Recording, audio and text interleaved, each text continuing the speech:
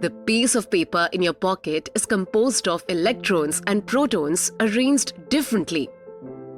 Their number and rate of motion is different.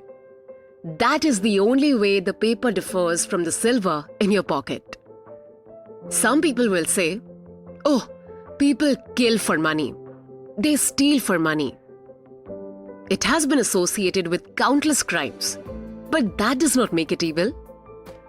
A man may give another $50 to kill someone. He has misused money in using it for a destructive purpose. You can use electricity to kill someone or light the house. You can use water to quench the baby's thirst or use it to drown the child. You can use fire to warm the child or burn it to death. Another illustration would be if you brought some earth from your garden, put it in your coffee cup for breakfast. That would be your evil. Yet the earth is not evil, neither is the coffee. The earth is displaced. It belongs in your garden. Similarly, if a needle was stuck in your thumb, it would be your evil. The needle or pin belongs in the pin cushion. Please do not comment, in your thumb. like, share and subscribe We know on the my forces or channel the elements of Digital nature are Fiend not Mind. evil. Thank you so much. It depends on our use of them, whether they bless or hurt us. A man said to me one time, "I'm broke. I do not like money. It is the root of all evil. Love of money to the exclusion of everything else will cause you to become lopsided and unbalanced. You are here to use your power or authority wisely. Some men crave power. Others crave money. If you set your heart on money and say, 'That is all I want. I'm going to give all my attention to amassing money,' nothing else matters. You can get money and attain a fortune, but you've forgotten that you are here to lead a balanced life. Man does not live by bread alone. For example, if you belong to some cult or religious group and become fanatical about it, excluding yourself from your friends, society, and social activities, you will become unbalanced, inhibited, and frustrated. Nature insists on a balance. If all Please your do time is comment, devoted to external like, things share and subscribe on possessions, my channel you will find yourself Digital hungry for Fiend peace Mind. of mind, Thank you so much. harmony, love, joy, or perfect health. You will find you cannot buy anything that is real. You can amass a fortune or have millions of dollars. This is not evil or bad. Love of money to the exclusion of everything else results in frustration, disappointment, and disillusionment. In that sense, it is the root of your evil. By making money your sole aim, you simply made a wrong choice. You thought that was all you wanted, but you found after all your efforts that it was not only the money you needed. What you really desired was true place, peace of mind, and abundance. You could have the million or many millions if you wanted them, and still have peace of mind, harmony, perfect health, and divine expression. Everyone wants enough money, and not just enough to go around. He wants abundance and to spare. He should have it. Please do comment, urges, like, share desires, and subscribe on impulses my we have for channel food, Digital clothing, Fiend Mind. homes, Thank you so much. better means of transportation, expression, procreation, and abundance are all God-given, divine, and good. But we may misdirect these impulses, desires, and urges, resulting in evil or negative experiences in our lives. Man does not have an evil nature. There is no evil nature in you. It is God, the universal wisdom or life-seeking expression through you. For example, a boy wants to go to a college, but he does not have enough money. He sees other boys in the neighborhood going off to college and the university. His desire increases. He says to himself, "I want an education too." Such a youth may steal and embezzle money for the purpose of going to college. The desire to go to college was basically and fundamentally good. Please do He comment, misdirected like, that share desire and or subscribe urge on my by channel violating the laws of Digital society. Fiend Mind. Thank you The so much. cosmic law of harmony or the golden rule, then he finds himself in trouble. However, if this boy knew the laws of mind and his unqualified capacity through the use of the spiritual power to go to college, he would be free and not in jail. Who put him in jail? He placed himself there.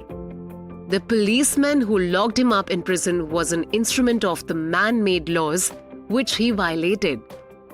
He first imprisoned himself in his mind by stealing and hurting others. Fear and a guilt consciousness followed. This is the prison of the mind, followed by the prison walls made of bricks and stones. Money is a symbol of God's opulence, beauty, refinement, and abundance. And it should be used wisely, judiciously, and constructively to bless humanity in countless ways. It is merely a symbol of the economic health of the nation. When your blood is circulating freely, you are healthy. When money is circulating freely in your life, you are economically healthy. When people begin to hoard money, to put it away in tin boxes and become charged with fear, there is economic illness. The crash of 1929 was a psychological panic. It was fear seizing the minds of people everywhere. It was a sort of negative, hypnotic spell. You are living in a subjective and objective world. You must not neglect the spiritual food, such as peace of mind, love, beauty, harmony, joy, and laughter. Knowledge of the spiritual power is the means to the royal road to riches of all kinds. Whether your desire is spiritual, mental, or material. The student of the laws of mind or the student of the spiritual principle believes and knows absolutely that regardless of the economic situation, stock market fluctuation, depression, strikes, war, other conditions or circumstances, he will always be amply supplied regardless of what form money may take. The reason for this is he abides in the consciousness of wealth. The student has convinced himself in his mind that wealth is forever flowing freely in his life and that there is always a divine surplus. Should there be a war tomorrow and all the students' present holdings become valueless, as the German marks did after the First World War, he would still attract wealth and be cared for regardless of the form the new currency took. Wealth is a state of consciousness. It is a mind conditioned to divine supply forever flowing. The scientific thinker looks at money or wealth like the tide. That is, it goes out, but it always comes back. The tides never fail. Neither will man supply when he trusts a tireless, changeless, immortal presence which is omnipresent and flows ceaselessly. The man who knows the workings of the subconscious mind is never, therefore, worried about the economic situation, stock market panics, devaluation, or inflation of currency, since he abides in the consciousness of God's eternal supply. Such a man is always supplied and watched over by an overshadowing presence.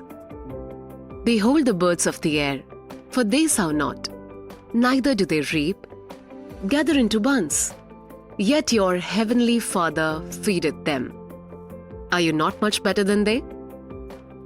As you consciously communed with the divine presence, claiming and knowing that it leads and guides you in all your ways, that it is a lamp unto your feet and a light on your path, you will be divinely prospered and sustained beyond your wildest dreams.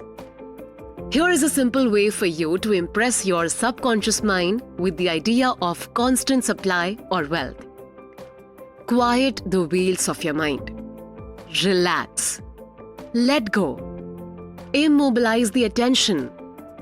Get into a sleepy, drowsy, meditative state of mind. This reduces effort to the minimum. Then in a quiet, relaxed, passive way, reflect on the following simple truths. Ask yourself, where do ideas come from? Where does wealth come from? Where did you come from? Where did your brain and your mind come from? You will be led back to the one source. You will find yourself on a spiritual, working basis now. It will no longer insult your intelligence to realize that wealth is a state of mind.